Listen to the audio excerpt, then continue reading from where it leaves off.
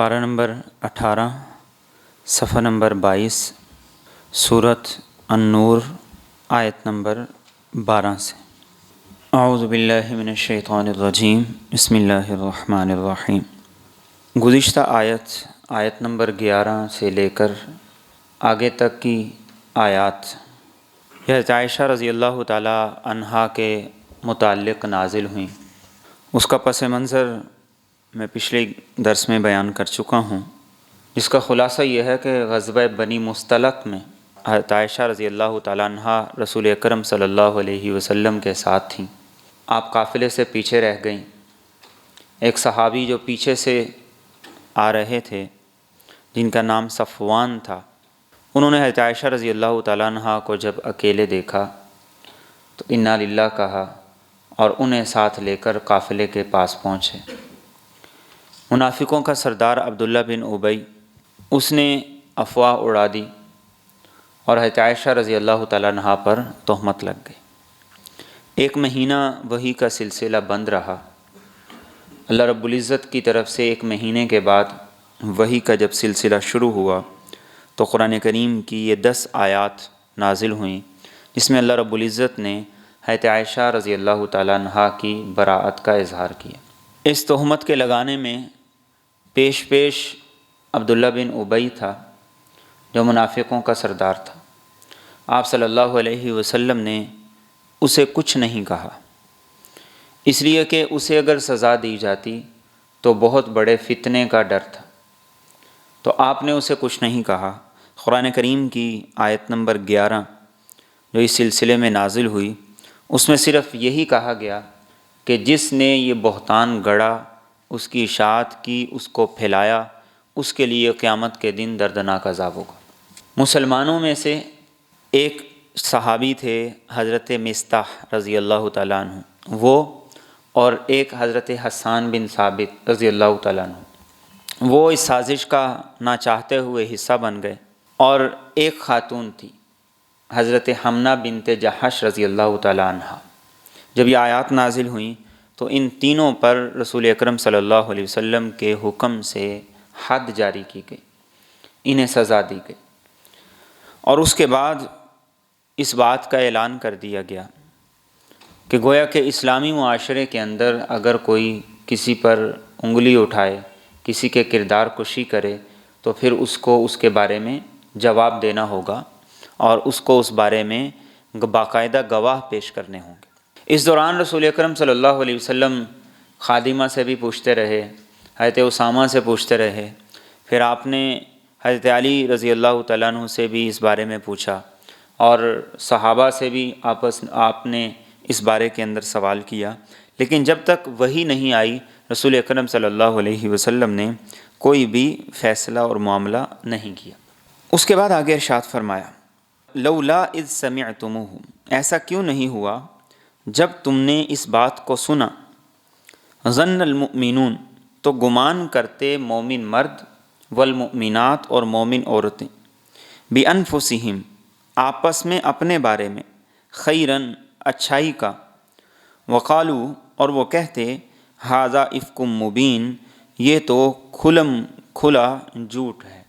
یعنی مومن کا رویہ ایسی باتوں کو سن کر یہ نہیں ہونا چاہیے کہ وہ اس پروپیگنڈے کا حصہ بن جائے، بلکہ وہ سن کر یہ کہے کہ میں اس چیز کو تسلیم نہیں کرتا، میں اس چیز کو نہیں مانتا۔ اگر ہر شخص کا یہی رویہ ہو تو معاشرے میں ایسی باتیں پھیلنا خود بخود بند ہو جائیں۔ چنانچہ ایک مرتبہ حضرت ابو ایوب انصاری رضی اللہ تعالیٰ عنہ کی بیوی نے ان سے یہ پوچھا کہ حضرت عائشہ کے معاملے میں آپ کیا کہتے ہیں؟ تو ابو ایوب انصاری رضی اللہ تعالیٰ عنہ نے کہا کہ بتاؤ، اگر تم حضرت عائشہ کی جگہ ہوتی تو کیا تمہارا دل کرتا کہ تم کسی کے ساتھ بدکاری کرو؟ انہوں نے کہا میں تو کبھی یہ سوچ بھی نہیں سکتی۔ تو حضرت ابو ایوب انصاری نے کہا تو پھر وہ رسول اللہ صلی اللہ علیہ وسلم کی بیوی ہیں، صدیق اکبر کی بیٹی ہیں، وہ تم سے بہتر ہیں، تو وہ کیسے سوچ سکتی؟ اور پھر کہنے لگے، اگر میں صفوان کی جگہ ہوتا تو میں کبھی بھی اس گناہ کے بارے میں نہ سوچتا، صفوان تو مجھ سے کئی گنا بہتر ہے۔ یہ قرآن کریم ہمیں بتاتا ہے کہ پروپیگنڈے کا حصہ نہ بنے، بلکہ اگر کسی کے بارے میں پروپیگنڈا کیا جا رہا ہے تو کہا کہ اچھا گمان کرو، بدگمان نہ بنو، کسی کی عزت کو نہ اچھالو، کسی کی عزت کو تاتار نہ کرو، اور یہی کہو کہ یہ بس جھوٹ ہے، ہمیں اس بارے میں بات نہیں کرنی چاہیے، چاہے جائے کہ انسان اس کی تحقیق میں لگ جائے، اس کو پھیلانے میں لگ جائے، اس کی اشاعت کرنے میں لگ جائے۔ دوسرا اس بارے میں حضرت عائشہ رضی اللہ تعالیٰ عنہ فرماتی، آپ صلی اللہ علیہ وسلم کی ازواج مطہرات میں میری جو سوکنیں تھیں ان میں میرا سب سے زیادہ مقابلہ حضرت زینب رضی اللہ تعالیٰ عنہ کے ساتھ رہتا تھا، لیکن جب یہ واقعہ پیش آیا تو رسول اکرم صلی اللہ علیہ وسلم نے حضرت زینب سے پوچھا کہ تم بتاؤ اس بارے میں کیا کہتے ہو۔ مقابلہ آپس میں رہتا تھا، سوکنیں تھی ایک دوسرے کی، لیکن فرماتی کہ حضرت زینب رضی اللہ تعالیٰ عنہ نے فرمایا کہ یا رسول اللہ صلی اللہ علیہ وسلم، عائشہ میں خیر، بلائی، عفت اور پاک دامنی کے علاوہ میں نے کچھ نہیں دیکھا۔ اور حضرت زینب انہی کی بہن تھی کہ جو اپنی بہن کی خاطر وہ حضرت عائشہ رضی اللہ تعالیٰ عنہ کے خلاف سازش کا حصہ بن گئی تھی، اور پھر وقت گزر گیا، کسی نے حضرت عائشہ رضی اللہ تعالیٰ عنہ سے کہا کہ یہ حسان بن ثابت نے تمہیں پتہ ہے کہ تمہارے بارے میں کیا کیا تہمت لگائی تھی؟ تو حضرت عائشہ رضی اللہ تعالیٰ عنہ فرمانے لگیں کہ حسان بن ثابت کو کچھ نہ کہو، اس لیے کہ اس نے اللہ کے رسول کے دفاع میں اور دین کے دفاع میں بڑا کچھ کہا ہے، اپنے دل کو بالکل صاف کر لیں۔ یہ صحابہ کرام رضی اللہ تعالیٰ عنہم کے اخلاق تھے۔ تو یہی کہا اچھا گمان کرو، مرد ہوں یا عورت ہوں۔ شیطان بدگمانی کے ذریعے سے لوگوں کو آپس میں الگ کرتا ہے، یہ شیطان کا سب سے بڑا ہیلا اور وار ہے، بدگمان کرے گا اور اس کے بعد پھر وہ جو چاہے وہ کسی سے کروا لے۔ اور آگے فرمایا لولا جاءوا علیہ، تو یہ لوگ کیوں نہیں لے کر آئے اس معاملے میں بِأَرْبَعَةِ شُهَدَاء، 4 گواہوں کو۔ فَإِذْ لَمْ يَأْتُوا بِالشُّهَدَاء، تو جب یہ گواہوں کو نہ لے کر آئے، فَأُولَٰئِكَ عِندَ اللَّهِ هُمُ الْكَاذِبُونَ، تو یہ لوگ اللہ کے ہاں یہی جھوٹ ہیں۔ یہ دوبارہ اس چیز کا ذکر کر دیا کہ زنا کی تہمت کے معاملے میں 4 عینی شاہدین ہوں تو پھر تمہاری بات سنی جائے گی، اگر کسی کے پاس 4 گواہ نہیں ہیں تو پھر ایسے لوگ اللہ کے ہاں جھوٹے ہیں، انہیں بات کرنے کا اختیار نہیں ہے، انہیں کسی کی عزت اچھالنے کا اختیار نہیں، اگر وہ اچھالیں گے تو ان پر حد قذف، تہمت لگانے کی جو حد ہے 80 کوڑے وہ جاری ہوگی۔ اور فرمایا ولولا فضل اللہ علیکم، اور اگر نہ ہوتا اللہ کا فضل تم پر، ورحمتہ، اور اس کی رحمت، فی الدنیا والآخرہ، دنیا میں اور آخرت میں، لمسکم، تو البتہ ضرور تمہیں چھو لیتا، فی ما افضتم فیہ، اس معاملے میں جس کا تم نے چرچا کیا تھا، عذاب عظیم، بہت بڑا عذاب۔ عزتوں کو اچھالنا اتنا سنگین جرم ہے، فرمایا دنیا اور آخرت میں اللہ کی رحمت نہ ہوتی تو دنیا میں بہت بڑا عذاب آ جاتا۔ فرمایا استلقونہ، جب تم اس کا ذکر کر رہے تھے، بِأَلْسِنَتِكُمْ، اپنی زبانوں کے ساتھ، وَتَقُولُونَ، اور تم کہہ رہے تھے، بِأَفْوَاهِكُمْ، اپنے منہوں سے، مَا لَيْسَ لَكُمْ بِهِ علم، وہ بات کہ تمہیں اس بارے میں کچھ بھی علم نہیں، وَتَحْسَبُونَهُ هَيِّنًا، اور تم اسے گمان کر رہے تھے ایک ہلکی سی بات، وَهُوَ عِندَ اللَّهِ عظیم، اور یہ اللہ کے ہاں بہت بڑی بات تھی۔ چرچے ہو رہے تھے، زبانوں پہ تذکرے بھی چل رہے تھے، لیکن فرمایا نہ تو تم گواہ تھے اور نہ ہی تم اس معاملے میں کوئی علم رکھتے تھے۔ علم کیا تھا؟ 4 عینی شاہدی۔ تو جب یہ بھی نہیں تھا، فرمایا تم تو کہتے سمجھ رہے تھے کہ یہ بڑا آسان معاملہ ہے، اللہ کے ہاں بڑا سنگین جرم۔ اللہ کے رسول صلی اللہ علیہ وسلم نے ارشاد فرمایا جو کسی پاک دامن عورت پر تہمت لگا دے، اللہ اس کے 1 سال کے تمام اعمال کو برباد کر دیتا ہے۔ ایک مومن کی عزت اتنی اہمیت رکھتی، تو تم آسانی سے یہ کہہ دو کہ فلاں چور ہے، فلاں شرابی ہے، فلاں زانی ہے، فلاں کرپٹ ہے، فلاں ایسا ہے، فرمایا اللہ کے ہاں یہ بہت بڑا جرم، اللہ کے ہاں یہ بات بہت بڑا جرم ہے۔ تمہیں اپنی زبانوں سے کہنا اور ایک دوسرے تک اس کو پھیلانا یہ بڑا آسان لگتا ہے۔ اور فرمایا ولولا اذ سمعتموہ، اور ایسا کیوں نہ ہوا جب تم نے اس بات کو سنا، قلتم، تو تم کہتے، ما یکون لنا، ہمارے شایان شان نہیں، ان نتکلم بہذا، کہ ہم اس کے بارے میں بات کریں، سبحانک، اے اللہ تو پاک ہے، ھذا بہتان عظیم، یہ بہت بڑا بہتان ہے۔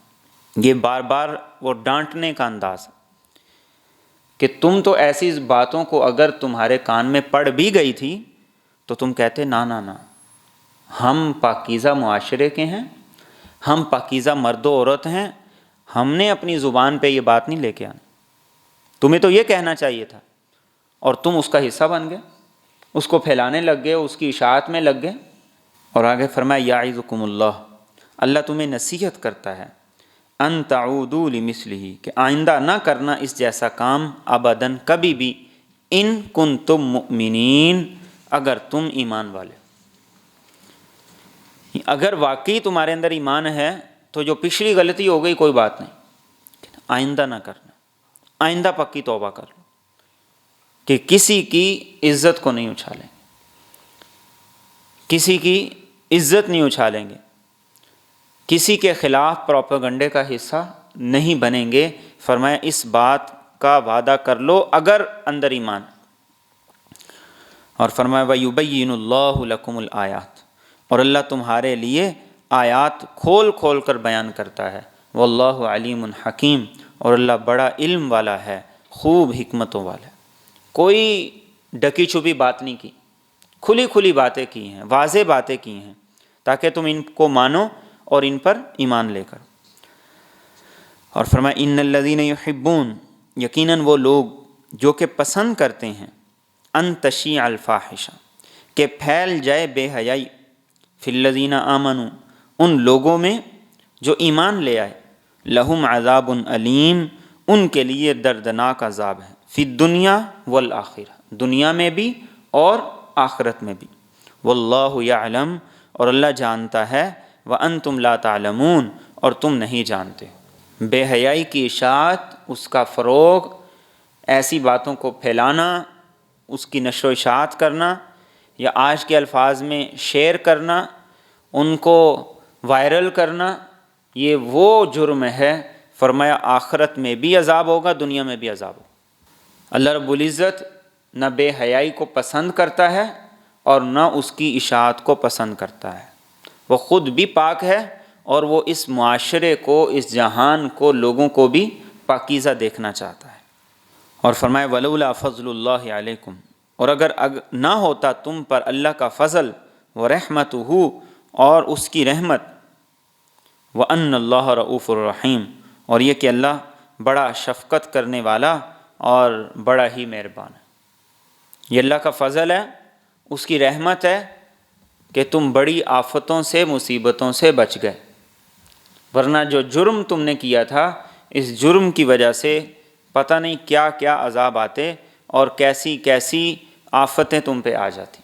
یہاں تک یہ آیات جو حضرت عائشہ رضی اللہ تعالیٰ عنہ کے معاملے میں نازل ہوئی تھی وہ مکمل ہو گئی، اور اس میں بڑا واضح طور پر قرآن کریم نے بتا دیا کہ ایک مومن کا رویہ کیا ہونا چاہیے، اس کی زبان کن معاملات میں کھلنی چاہیے، کن معاملات میں خاموش رہنی چاہیے۔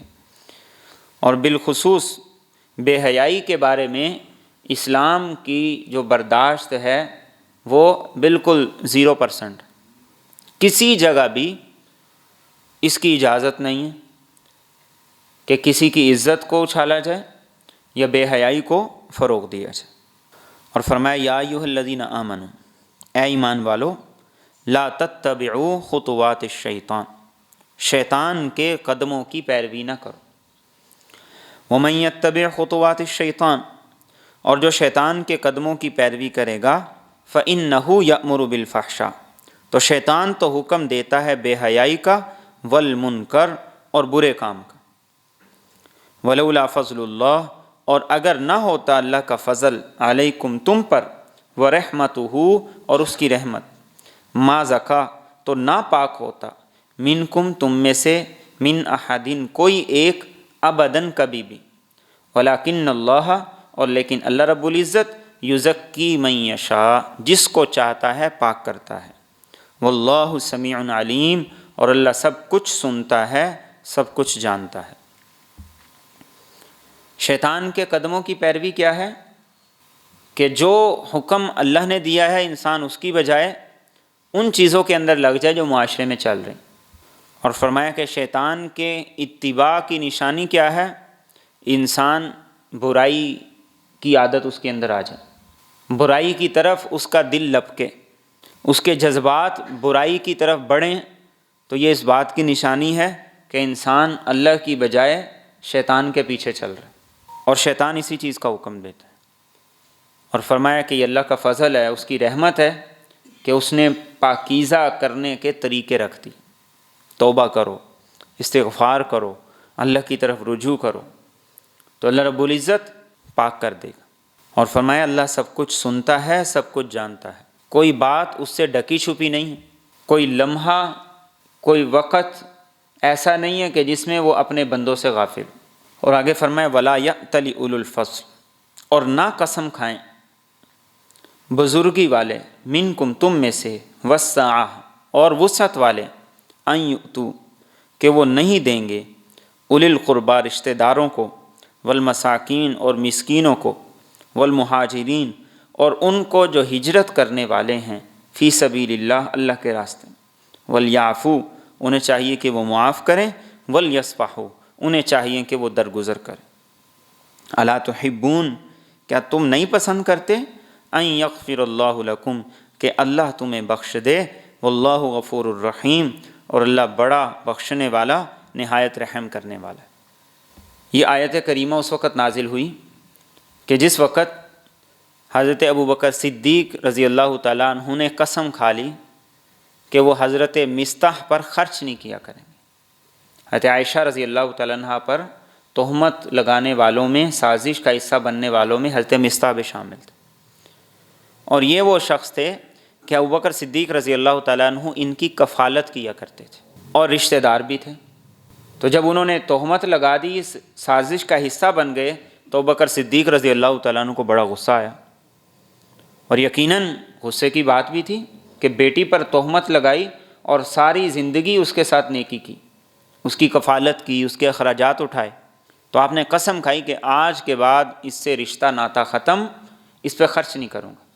اللہ کے محبوب وہ ہوتے ہیں کہ اللہ ان کو غلطی کی طرف جانے نہیں دیتا، ان کے دل کے اندر غلط خیالات بھی آ جائیں، غلط راستے بھی کھلیں، اللہ رب العزت ایسی رکاوٹیں ڈال دیتا ہے کہ اس طرف جا ہی نہیں پاتے۔ ابوبکر صدیق رضی اللہ تعالیٰ عنہ سے زیادہ اللہ کا محبوب امت میں کون ہو سکتا ہے؟ تو اللہ رب العزت نے فوراً قرآن کی آیت نازل کی، فرمایا یہ قسمیں نہ کھاؤ کہ ہم رشتہ داروں کو نہیں دیں گے، ہم مسکینوں پہ خرچ نہیں کریں گے، مہاجرین کو نہیں دیں گے، معاف کر دو، درگزر کر دو، کچھ نہیں ہوتا۔ صحابہ پر قرآن کا اثر یہ ہوتا تھا کہ جس وقت یہ آیت نازل ہوئی تو ابوبکر صدیق رضی اللہ تعالیٰ عنہ نے نہ یہ کہ ان کا خرچ بحال کر دیا بلکہ دگنا کر دی۔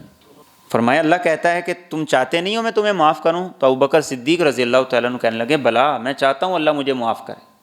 دلیل نہیں پیش کی کہ اس نے تو میری بیٹی پہ تہمت لگائی، حجت نہیں پیش کی۔ دین کے معاملے میں، اللہ کے معاملے میں انسان کی خیر بلائی اسی میں کہ بس جب جہاں رب کا حکم آ گیا وہاں ہاتھ کھڑے کر دیں۔ تو اللہ نے فرمایا تم نہیں چاہتے تمہاری مغفرت ہو، بخشش ہو؟ نے کہا کیوں نہیں، معاف بھی کر دیا، خرچہ بھی دگنا کر دی۔ ایسے دل ہم اپنے دل بنائیں۔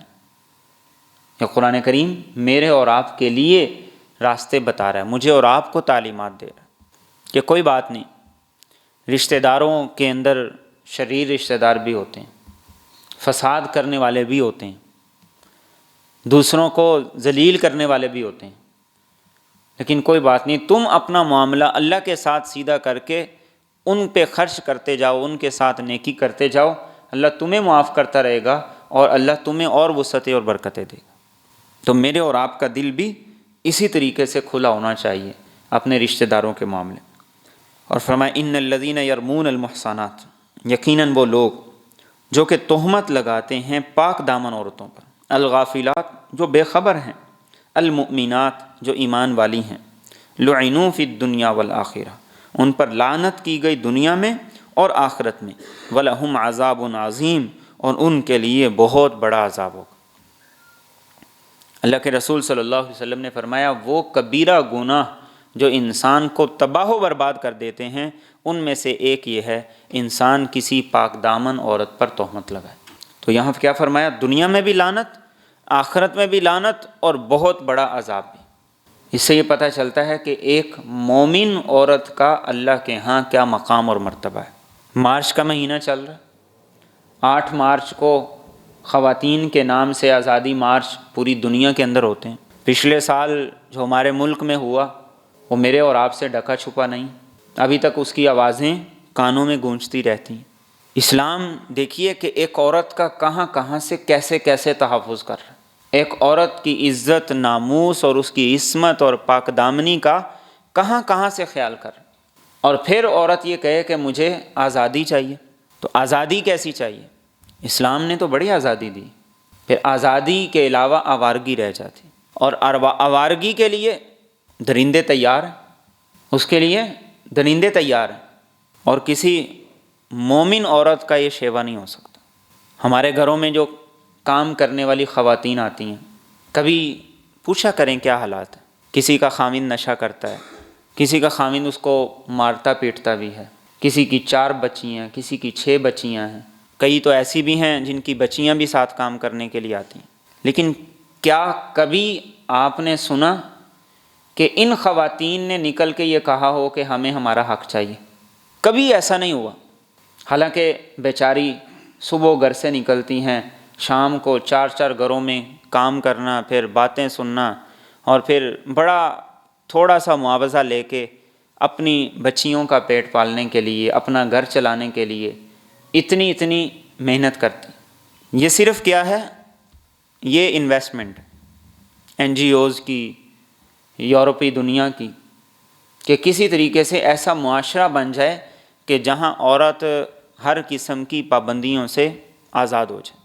اسی لیے یہ سارے مارچ ہوتے ہیں، اسی لیے یہ ساری میڈیا کی کوریج ہوتی ہے، اور ایسے لوگوں کو میڈیا کا حصہ بنایا جاتا ہے۔ تو اگر حق کی بات ہے تو پھر تو یہ گھروں میں کام کرنے والی خواتین یہ ساری کی ساری مارچ میں نکلیں۔ بلکہ اکثر تو یہی دیکھا گیا ہے کہ یہ خواتین جب گھروں میں کام کرنے کے لیے جاتی ہیں، واپس جاتی ہیں، ان کے سروں پہ تو دوپٹے بھی ہوتے ہیں، بڑے باحیا طریقے سے جاتی ہیں۔ تو اگر حق کی بات ہو تو پھر وہ آواز اٹھائیں۔ اس کا مطلب ہے یہاں حق کا مسئلہ نہیں ہے، یہاں مسئلہ کچھ اور ہے، یہاں مقصد کچھ اور ہے، اور وہ مقصد یہی ہے کہ عورت کو آزاد کیا جائے، اور آزادی کے بعد پھر اس کے ساتھ جو ہوگا وہ معاشرے کے سامنے، وہ کوئی ڈکا چھپا نہیں ہے۔ تو قرآن کریم نے بڑا عورت کا خیال کیا، اس کی بڑی حفاظت کی ہے، اس کو ایک مرتبہ باپ کے ذمہ لگا دیا، پھر خامند کے ذمہ لگا دیا، پھر اگر اسے طلاق ہو جاتی ہے تو پھر باپ اور بھائیوں کے ذمہ لگا دیا، اور اس کے مرنے تک اس کی کفالت کو جنت کی ضمانت قرار دیا۔ یہ ساری چیزیں کس لیے؟ کہ معاشرے کو پاکیزہ رکھا جائے۔ عورت کے مقام کو یہ چیزیں واضح کرتی ہیں، اس کی اہمیت کو یہ واضح کرتی ہیں۔ اور آگے فرمایا یوم تشہد علیہم السنتہم، جس دن گواہی دیں گے ان کے خلاف ان کی زبانیں، وایدیہم اور ان کے ہاتھ، وارجلہم اور ان کے پاؤں، بما کانوا یعملون اس کی جو کچھ یہ کام کرتے تھے۔ دنیا میں ہو سکتا ہے کہ اللہ کی پکڑ نہ آئے، لیکن فرمایا کہ جب آخرت کا دن ہوگا تو پھر یہ اللہ کے سامنے پیش ہوں گے، ان کے ہاتھ پاؤں بول کے کہیں گے کہ انہوں نے یہ غلط کام کی۔ یومئذ یوفیہم اللہ، جس دن اللہ رب العزت پورا دے گا انہیں، دینہم الحق، ان کی پوری جزا، ویعلمون اور یہ جان لیں گے، ان اللہ هو الحق المبین کہ اللہ ہی حق ہے، المبین جو معاملے کو واضح کرنے والا ہے۔ قیامت کا دن کچھ نہیں اللہ چھوڑیں گے، سب کو برابر پورا بدلہ عطا کریں گے۔ اور فرمایا الخبیثات للخبیثین، ناپاک عورتیں ناپاک مردوں کے لیے، والخبیثون للخبیثات، اور ناپاک مرد ناپاک عورتوں کے لیے، والطیبات للطیبین، اور پاکیزہ عورتیں پاکیزہ مردوں کے لیے، والطیبون للطیبات، اور پاکیزہ مرد پاکیزہ عورتوں کے لیے، اولئک مبرؤون، یہ لوگ پاک ہیں، مما یقولون، ان باتوں سے جنہیں یہ کہتے ہیں، لہم مغفرہ، ان کے لیے مغفرت ہے، ورزق کریم، اور عزت والا رزق بھی ہے۔ یعنی بتا دیا کہ معاشرے میں پاکیزہ مرد کا رجحان پاکیزہ عورت کی طرف ہوگا، پاکیزہ عورت کا رجحان پاکیزہ مرد کی طرف ہوگا، ناپاک عورت کا رجحان اور میلان اور اس کی پسندیدگی ناپاک مرد کی طرف ہوگی، اور ناپاک کی پاک کی طرف ہوگی۔ اور اس کا ایک مفہوم مفسرین نے یہ لکھا ہے کہ جو آدمی پاکیزہ اخلاق کا ہوگا، جو عورت پاکیزہ اخلاق کی ہوگی، اس کا رجحان پاکیزہ باتوں کی طرف ہوگا۔ جو مرد ناپاک کردار کا ہوگا، ناپاک اخلاق کا ہوگا، جو عورت ایسی ہوگی، اس کا رجحان بھی ایسی باتوں کی طرف ہوگا۔ ترجیحات کا فرق ہوگا۔ شہد کی مکھی، اس کی تگودو کسی اور چیز کے لیے، اور ایک عام مکھی اس کی تگودو گند کے لیے۔ یہی قرآن کریم یہاں کہتا ہے، اور یہ فرمایا کہ پاکیزگی والے بنو۔ اس لیے رسول اکرم صلی اللہ علیہ وسلم نے نکاح کے معاملے میں اس بات کی ترغیب دی۔ آپ نے فرمایا کہ جب رشتہ کرو تو رشتہ کرنے میں دین کو ترجیح دو۔ مال، دولت، شکل و صورت، یہ ساری چیزیں عارضی ہیں، دین کو ترجیح دے کر رشتہ کرو۔ اور فرمایا کہ ایسے لوگوں پر اگر کوئی الزام تراشی کر دے تو اللہ رب العزت ان کے گناہوں کو معاف کرے گا جن پر کی گئی، اور ان کے لیے اللہ کی طرف سے رزق کا وعدہ ہے۔ اب یہاں تک اللہ رب العزت نے بتا دیا زنا کی سزا کیا ہوگی، جرم کتنا بڑا ہے، کسی پر تہمت لگانا کتنا بڑا جرم ہے۔ حضرت عائشہ رضی اللہ تعالیٰ عنہ کا واقعہ بیان کر دیا، اس ضمن کے اندر بہت سی باتیں بیان کر دی، سخت قانون بھی بنا دیا، سزا بھی سخت بنا دی۔ لیکن اسلام وہ دین ہے کہ جو صرف قانون اور سزائیں سخت نہیں بتاتا، بلکہ اس کی روک تھام کے لیے سارے کے سارے چور دروازے بھی بند کرتا ہے۔ اس لیے آگے جو سلسلہ شروع ہو رہا ہے، اس کے اندر وہ سارے کے سارے راستے بند کیے جا رہے ہیں جہاں سے زنا کا دروازہ کھلتا ہے۔ قانون بھی بتا دیا، اور قانون کے ساتھ اس سے پہلے بہت سی رکاوٹیں کھڑی کر دی تو کوئی آدمی زنا تک پہنچ نہ سکے۔ لیکن اگر کوئی آدمی ساری رکاوٹوں کو توڑ کر پھر بھی زنا تک چلا جائے تو پھر گویا یہ اس بات کی سزا ہے کہ تم نے ایک نہیں کئی حدود کی خلاف ورزی کی، بہت سی رکاوٹوں کو توڑا ہے اور یہاں تک پہنچے۔ تو ان میں سے پہلی چیز ہے اجازت۔ اجازت کا کیا مفہوم ہے کہ کہیں جانا ہے، کسی کے گھر جانا ہے تو یہ نہیں کہ منہ اٹھا کے اندر چلے جاؤ، بلکہ اس کے لیے آپ صلی اللہ علیہ وسلم نے احادیث میں انہی آیات کی روشنی کے اندر اجازت کے احکام، آداب بڑی تفصیل سے بیان کی۔ چنانچہ آیت کریمہ میں جو ذکر ہے ان میں سے یہ ہے، فرمایا یا ایھا الذین آمنوا، اے ایمان والو، لا تدخلوا بیوتن، تم مت داخل ہو گھروں میں، غیر بیوتکم، اپنے گھروں کے علاوہ، حتی تستأنسوا، یہاں تک کہ تم اجازت لے لو، وتسلموا، اور تم سلام کر لو، علی اہلہا، اس کے رہنے والوں پر، ذالکم خیر لکم، یہ بہت بہتر ہے تمہارے لیے، لعلکم تذکرون، شاید کہ تم نصیحت حاصل کر لو۔ یہ پہلی چیز ہے کہ جہاں جانا ہے وہاں اجازت لے کے جاؤ، بغیر اجازت کے کسی کے گھر میں داخل نہ ہو۔ اللہ کے رسول صلی اللہ علیہ وسلم کی عادت مبارکہ تھی کہ آپ جب کسی کے گھر تشریف لے جاتے تو آپ اس کے دروازے کے سامنے کھڑے ہو کے اجازت نہیں مانگتے تھے، بلکہ یا دروازے کے دائیں طرف ہوتے تھے یا دروازے کے بائیں طرف ہوتے۔ اور ایک موقع پہ تو آپ صلی اللہ علیہ وسلم نے فرمایا کہ اجازت کا مقصد ہی اس لیے ہے تاکہ انسان کی نگاہ نہ پڑے۔ اور آپ نے ایک حدیث میں ارشاد فرمایا کہ جو آدمی بغیر اجازت کے تمہارے گھر کے اندر جھانک لے اور تم بدلے میں اس کی آنکھ نکال دو تو تم پر کوئی جرم نہیں۔ ایک مرتبہ آپ صلی اللہ علیہ وسلم تشریف فرما تھے، ایک صحابی جنہیں ان آداب کا پتہ نہیں تھا وہ سامنے سے آئے تو صحابی کہتے ہیں آپ صلی اللہ علیہ وسلم کے ہاتھ میں اس وقت تیر تھا، آپ اتنے غصے سے اٹھ کے اس کی طرف گئے کہ ایسا لگتا تھا جیسے یہ تیر اس کے پیٹ کے اندر گھسا دیں گے۔ اس لیے قرآن کریم نے سب سے پہلے کہا اجازت لے کے جاؤ، کسی کے گھر میں بغیر اجازت کے نہ جاؤ۔ اجازت لینے سے کیا ہوگا؟ مرد اور عورت کا جو آزادانہ اختلاط ہے وہ ختم ہو جائے، یہ پہلی رکاوٹ کھڑی ہوگی۔ اور جہاں اجازت نہ ہو، انسان منہ اٹھا کے چلا جائے تو ایسا نہ کرو۔ اور یہاں تک تعلیم دی کہ اپنی ماں کے پاس بھی، اس کے کمرے کے اندر بھی جانا ہے تو بھی اجازت لے کے جاؤ۔ ایک صحابی نے آپ صلی اللہ علیہ وسلم سوال کیا، رسول اللہ صلی اللہ علیہ وسلم میں اپنی ماں کا اکیلا خادم ہوں، ان کی خدمت کرتا ہوں، میرے علاوہ کوئی اور نہیں ہے ان کا خدمت کرنے والا، کام کرنے والا، تو کیا میں ان کے پاس بھی اجازت لے کے جاؤں؟ آپ نے کہا بالکل۔ میں نے پھر سوال کر دیا کہ اپنی ماں کے کمرے میں بھی میں بھلا اجازت لے کے جاؤں؟ تو آپ نے فرمایا بالکل۔ جب تیسری مرتبہ انہوں نے سوال کیا تو آپ صلی اللہ علیہ وسلم نے کہا اتحب ان تراها عریانا، کیا یہ چاہتے ہو کہ اپنی ماں کو برہنہ حالت میں دیکھو؟ اجازت لے کے جاؤ، دروازہ کھٹکھٹا کے جاؤ۔ بلکہ صحابہ میں سے عبداللہ بن مسعود رضی اللہ تعالیٰ عنہ کی عادت مبارکہ یہ تھی، وہ اپنی بیوی کے کمرے میں جانے سے پہلے بھی دروازہ کھٹکھٹا کے جایا کرتے تھے۔ اور آپ صلی اللہ علیہ وسلم نے ہمیں یہ تعلیمات اسی لیے دی تاکہ معاشرے میں برائی کو روکا جائے۔ اور اس کے بعد ارشاد فرمایا فَإِن لَمْ تَجِدُوا فِيهَا أَحَدًا، اگر تم نہ پاؤ اس میں کسی کو، فَلَا تَدْخُلُوهَا، تو داخل مت ہو، حَتَّى يُؤْذَنَ لَكُمْ، یہاں تک کہ تمہیں اجازت دی جائے۔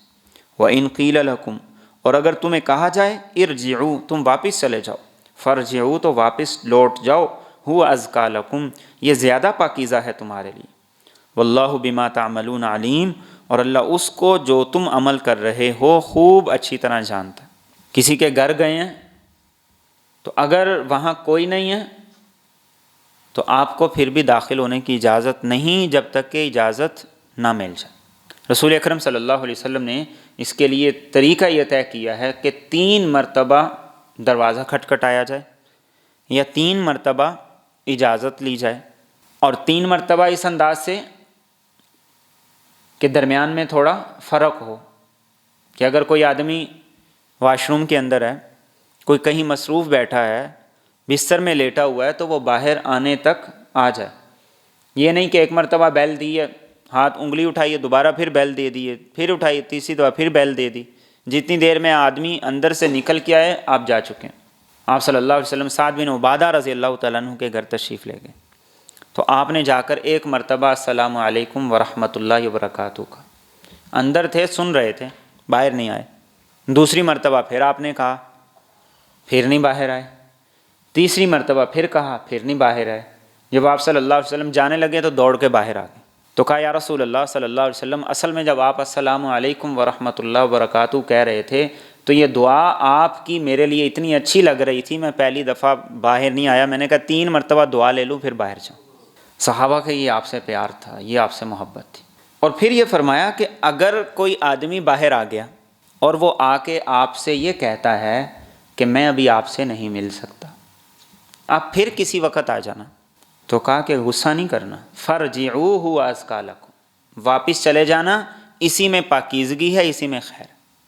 کیسا خوبصورت دین، کیسا خوبصورت دین ہے کہ اگر وہ آ کے کہتا ہے کہ میں ابھی آپ سے نہیں مل سکتا تو آپ بغیر کسی حیل و حجت کے، بہانے کے، آپ خاموشی سے واپس چلے جائیں۔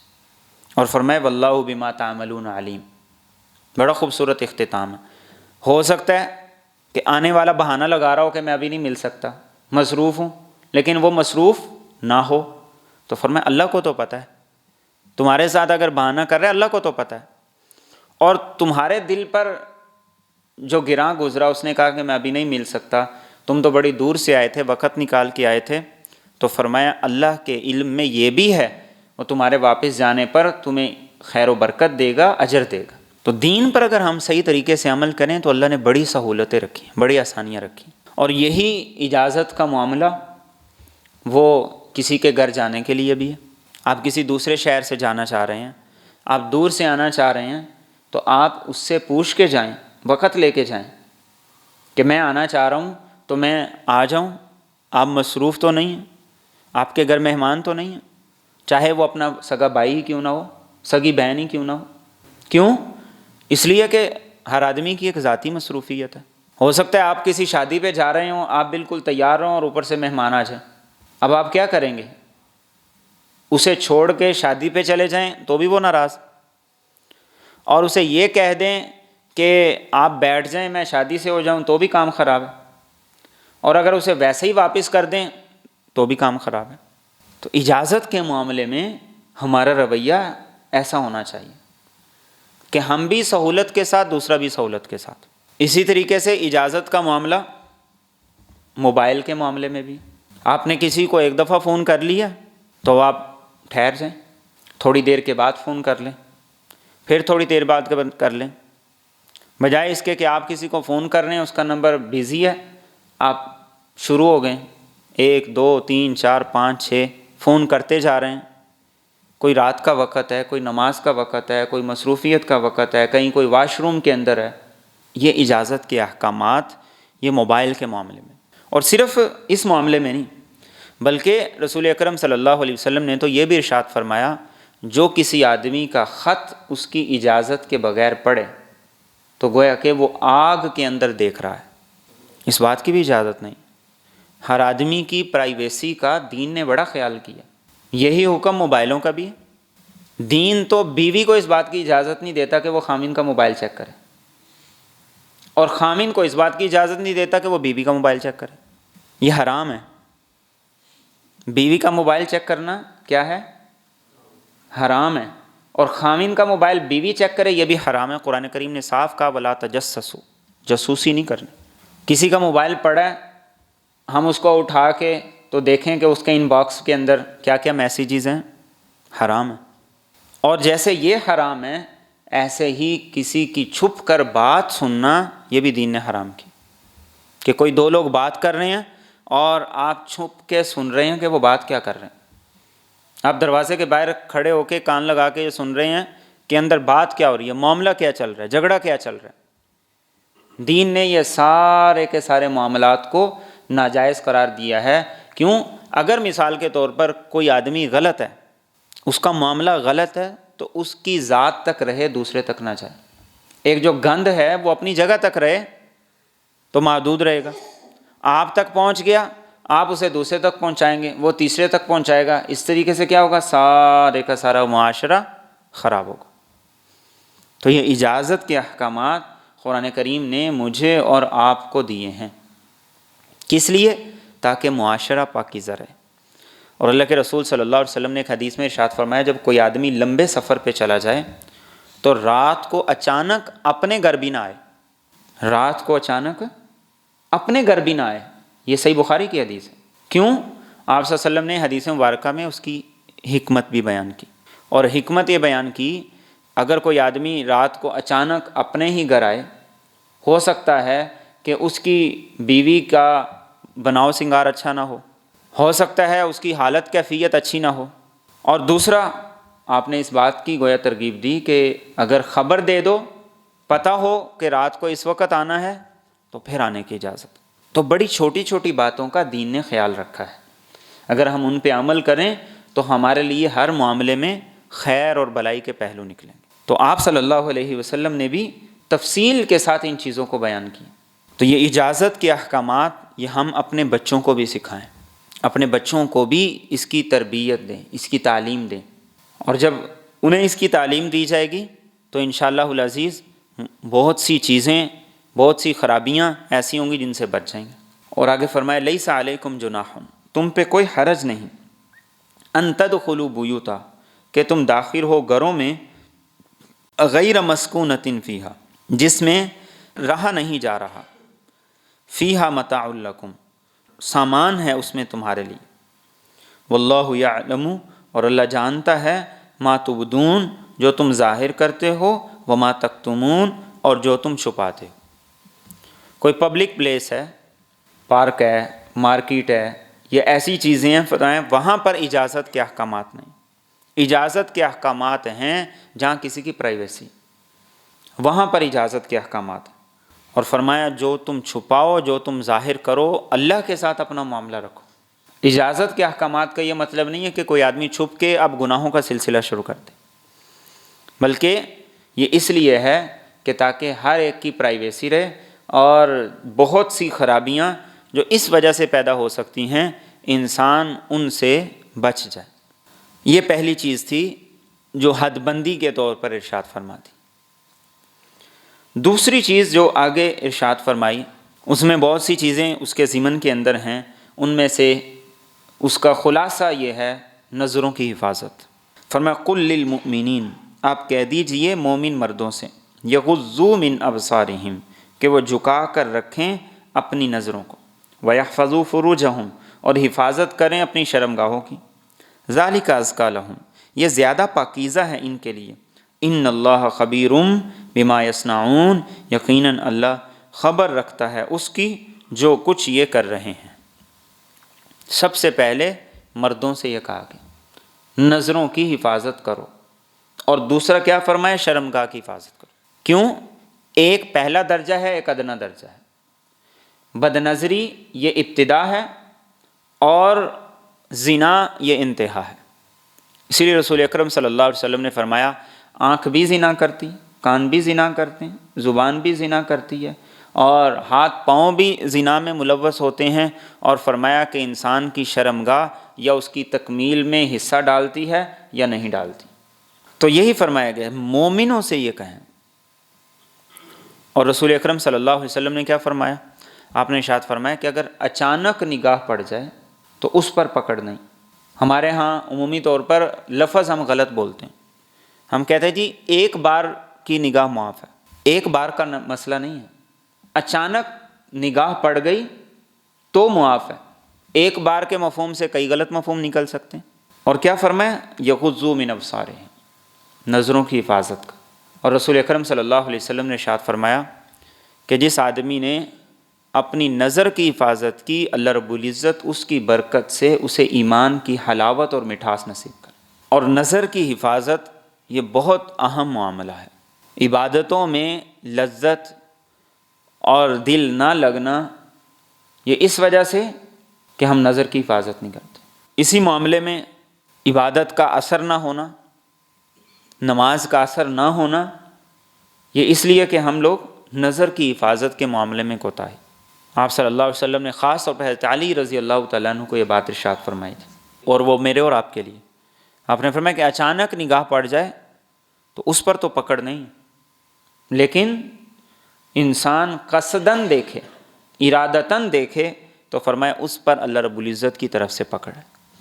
تو پہلے مومن مردوں کو یہ خطاب دیا گیا کہ وہ اپنی نظروں کی حفاظت کریں، اور فرمایا وَقُلْ لِلْمُؤْمِنَاتِ، اور آپ کہہ دیجئے مومن عورتوں سے، یغضضن من ابصارہن، کہ وہ نیچی رکھیں اپنی نگاہیں، وَيَحْفَظْنَ فُرُوجَهُنَّ، اور وہ حفاظت کریں اپنی شرمگاہوں کی، وَلَا يُبْدِينَ زِينَتَهُنَّ، اور مت ظاہر کریں اپنی آرائش، إِلَّا مَا ظَهَرَ مِنْهَا، سوائے اس کے جو اس میں سے ظاہر ہی ہے، وَلْيَضْرِبْنَ، اور چاہیے کہ وہ ڈال لیں بِخُمُرِهِنَّ، اپنی چادریں، عَلَى جُيُوبِهِنَّ، اپنے گریبانوں پر، وَلَا يُبْدِينَ زِينَتَهُنَّ، اور یہ عورتیں نہ ظاہر کریں اپنا بناؤ سنگار، إِلَّا لِبُعُولَتِهِنَّ، مگر اپنے خامندوں کے لیے، او آبائہن، یا اپنے باپ کے لیے، او آبائی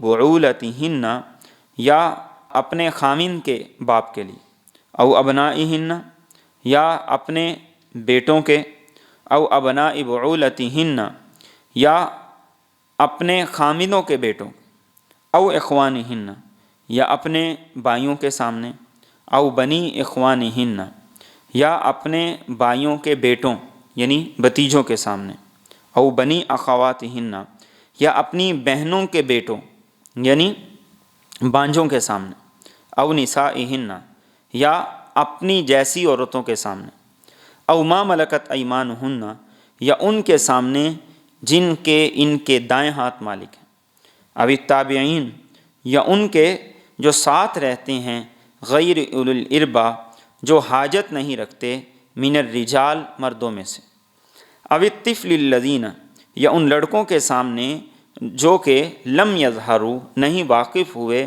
علی عورات النساء، عورتوں کی پوشیدہ باتوں پر، ولا یضربن بارجلہن، اور یہ اپنے پاؤں نہ ماریں، لیعلم ما یخفین، تاکہ جان لیا جائے جو انہوں نے چھپایا ہوا ہے، من زینتہن، ان کی زینت سے، وتوبوا الی اللہ، اور تم سب توبہ کرو اللہ کی طرف، جمیعاً، سب کے سب، ایھا المؤمنون، اے ایمان والو، لعلکم تفلحون، تاکہ تم کامیاب ہو جاؤ۔ مردوں کو نظروں کی حفاظت کا حکم دیا، عورتوں کو پہلا حکم تو وہی دیا کہ اپنی نظروں کی حفاظت کرو اور ساتھ اپنی شرمگاہ کی حفاظت کرو، لیکن اس کے علاوہ کچھ اضافی احکامات بھی دے دی۔ ان اضافی احکامات میں سے پہلا حکم یہ دیا، وَلَا يُبْدِينَ زِينَتَهُنَّ إِلَّا مَا ظَهَرَ مِنْهَا، کہ اپنی زیب و زینت، اپنی زیبائش، اس کا اظہار کسی کے سامنے نہ کریں سوائے اس کے جو خود بخود ظاہر ہے۔ مثال کے طور پر ایک عورت کے ہاتھ ہیں، اس کے پاؤں ہیں، اس کا چہرہ، یہ خود بخود ان حصوں میں شامل ہے جو ظاہر ہے۔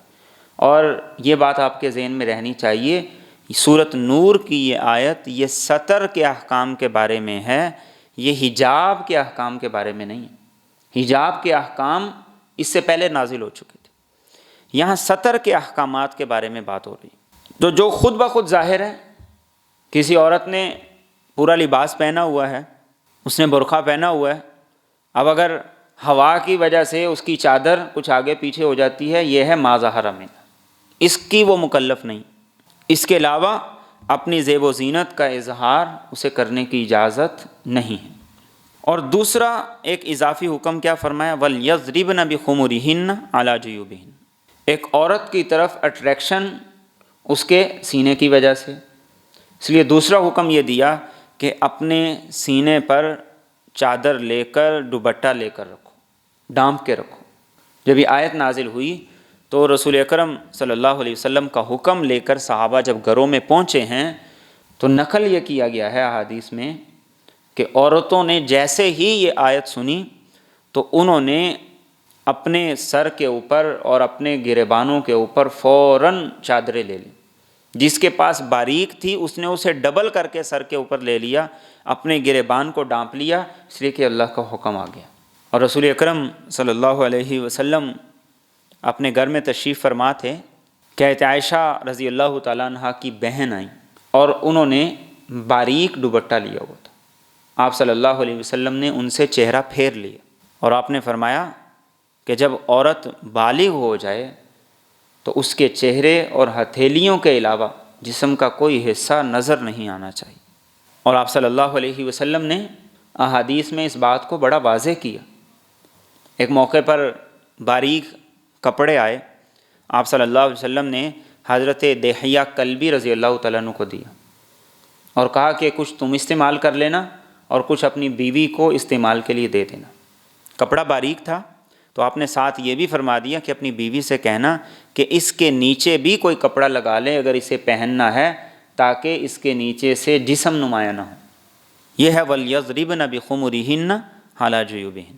اور جب یہ آیت نازل ہوئی، چونکہ عربوں کے ہاں لمبے لمبے کپڑے پہنے جاتے تھے، تو جب یہ آیت نازل ہوئی تو فرماتی ہیں کہ جس عورت کے پاس چادر نہیں تھی، جس کے پاس دوپٹہ نہیں تھا، اس نے اپنے دامن سے کپڑے کو کاٹ کے دوپٹہ بنا کے اوپر لے لیا کہ میرے رب کا حکم آ گیا۔ اور پھر اس کے بعد کچھ ایسے رشتہ داروں کا ذکر کیا کہ ان کے سامنے اللہ رب العزت نے کچھ گنجائش رکھی ہے، اور ان میں سے سب سے پہلے ذکر کیا گیا خامن کا، باپ کا، اور اسی طریقے سے سسر کا، اپنے بیٹوں کا، خامن کے بیٹوں کا، بھائیوں کا، بھتیجوں کا، بانجوں کا، ان کا سب سے پہلے ذکر کیا گیا۔ اور ان میں اسی بات کی طرف اشارہ ہے کہ چونکہ ایک گھر کے اندر ایک چھت کے نیچے رہتے ہیں، اب عورت ان کے سامنے اب اپنا ہاتھ چھپاتی پھرے، اپنا چہرہ چھپاتی پھرے اور اپنے قدم کو چھپاتی پھرے، بہت دقت ہے۔ اس لیے دین نے ان کے معاملے میں گنجائش دے دی۔ اور گنجائش کی شرط دین میں تب ہے جب کسی فتنے کا اندیشہ نہ ہو۔ اگر کسی فتنے کا اندیشہ ہے اپنے ان قریبی رشتہ داروں سے بھی تو پھر یہ گنجائش بھی نہیں، اور درجہ بدرجہ اس کے اندر گنجائش مختلف ہے۔ خامن کے معاملے میں حکم اور ہے اور سسر کے معاملے میں حکم اور ہے۔ بھائیوں کے معاملے میں گنجائش زیادہ ہے اور دوسروں کے معاملے میں ضرور گنجائش کم ہے۔ یہ دین نے ہمیں حدود بتائی، اور ان میں سے پھر ایک ذکر کیا او نسائہن، کہ اپنی عورتوں کے سامنے۔ مفسرین نے اس کے تحت لکھا ہے کہ کوئی غیر مسلم عورت کسی مسلمان کے سامنے ہو، کسی مسلمان عورت کے سامنے ہو، تو اس مسلمان عورت کو اس غیر مسلم عورت سے بھی پرہیز کرنا چاہیے۔ اور بعض مفسرین نے یہ لکھا ہے کہ اگر کوئی پاکیزہ عورت ہے تو اسے معاشرے میں ان عورتوں کے سامنے جو اچھی شہرت نہیں رکھتی اپنا بہت زیادہ خیال رکھنے کی ضرورت ہے، اگرچہ وہ عورتیں۔ اور آگے فرمائے او ما ملکت ایمانہن، پہلے دور میں غلام ہوتے تھے، باندیاں ہوتی تھیں، تو فرمایا کہ ان کے سامنے بھی وہ احکامات میں شدت نہیں ہے جو اجنبیوں کے معاملے میں۔ ایک ذکر کیا ہے او التابعین غیر اولی الاربۃ من الرجال، وہ مرد جو عمر رسیدہ ہیں، جن کے اندر خواہشات اور نفسانی جذبات نہیں ہیں، اور وہ اپنی ضرورت کے لیے یا کسی کام کے لیے رکھے گئے ہیں، تو فرمایا کہ ان کے سامنے بھی اللہ رب العزت نے گنجائش کچھ رکھی ہے۔ ان لڑکوں کا ذکر کیا کہ جو ابھی عورتوں کے معاملات کے اندر سوجھ بوجھ نہیں رکھتے۔ مفسرین نے اس کا تحت لکھا ہے کہ 12 سال سے کم عمر کے بچے وہ اس حکم کے اندر شامل اور داخل ہیں۔ اور ایک اور حکم جو اضافی دیا، فرمایا کہ اپنا پاؤں اس طریقے سے مار کے نہ چلیں، چال ایسی نہ ہو کہ جس سے پتہ چلے کہ اس عورت نے یہ زیور پہنا ہوا ہے اور لوگ اس کی طرف متوجہ۔ اور آخر میں یہ فرما دیا کہ اے ایمان والو، سب مل کے اللہ سے توبہ کرو، اگر زندگی میں کوئی غلطی کمی کوتاہی ہوئی ہے اللہ سے معافی کرو، معافی مانگو، اللہ تمہیں معاف کر دے گا، اور یہ تمہاری کامیابی کا راستہ۔ اور اس سے ایک اور بات کا پتہ چل گیا، وہ بات یہ کہ مرد اور عورت احکامات میں برابر نہیں۔ سب سے زیادہ یہی نعرہ لگایا جاتا ہے کہ عورتوں کو مردوں کے مساوی کیا جائے، ان کے برابر حقوق دیے جائیں۔ اللہ رب العزت نے عورت کے حقوق کئی اعتبار سے بڑھا کے رکھیں، لیکن یہاں پر یہ بتا دیا کہ مردوں کے ساتھ ایک حکم تو یہ تھا کہ نظروں کی حفاظت کریں، اپنی عفت پاک دامنی کا خیال کریں، لیکن اس کے ساتھ اضافی احکامات بھی دے دیے کہ زیب و زینت کا اظہار اور نمائش کھلے عام اس کی اجازت نہیں ہے، اپنا دوپٹہ اس کا خیال کرنا ہے، اپنی چال چلن کا خیال کرنا ہے، ایسی چال نہ ہو کہ جس کی وجہ سے لوگوں کو پازیب کی اور دوسرے زیور کی آواز جائے اور وہ عورت کی طرف متوجہ ہوں۔ اور اس کے ساتھ رسول اکرم صلی اللہ علیہ وسلم نے اور باتیں بھی بیان فرمائیں۔ مثال کے طور پر کوئی عورت کسی مرد اجنبی مرد کے ساتھ خلوت میں بھی نہ رہے۔ عورت نے سفر کرنا ہے تو اس کے لیے بھی شرائط لگا دی کہ کتنا سفر ہے، محرم کے بغیر عورت شرعی سفر کی جو مسافت ہے جس کو 74 کلومیٹر کہا جاتا ہے، عورت نہ جائے۔ حد بندی یہ بیان کر دی، یہ کس لیے؟ تاکہ معاشرے کے اندر گناہ کے اور بے حیائی کے، زنا کی طرف جتنے راستے جاتے ہیں وہ سارے کے سارے بند ہو جائیں۔ اور ان کو بند کرنے کے لیے یہ رسول اکرم صلی اللہ علیہ وسلم نے تعلیمات دی ہیں اور یہ ہدایات دی ہیں۔ اللہ رب العزت مجھے اور آپ کو صحیح فہم اور عمل کی توفیق عطا فرمائے۔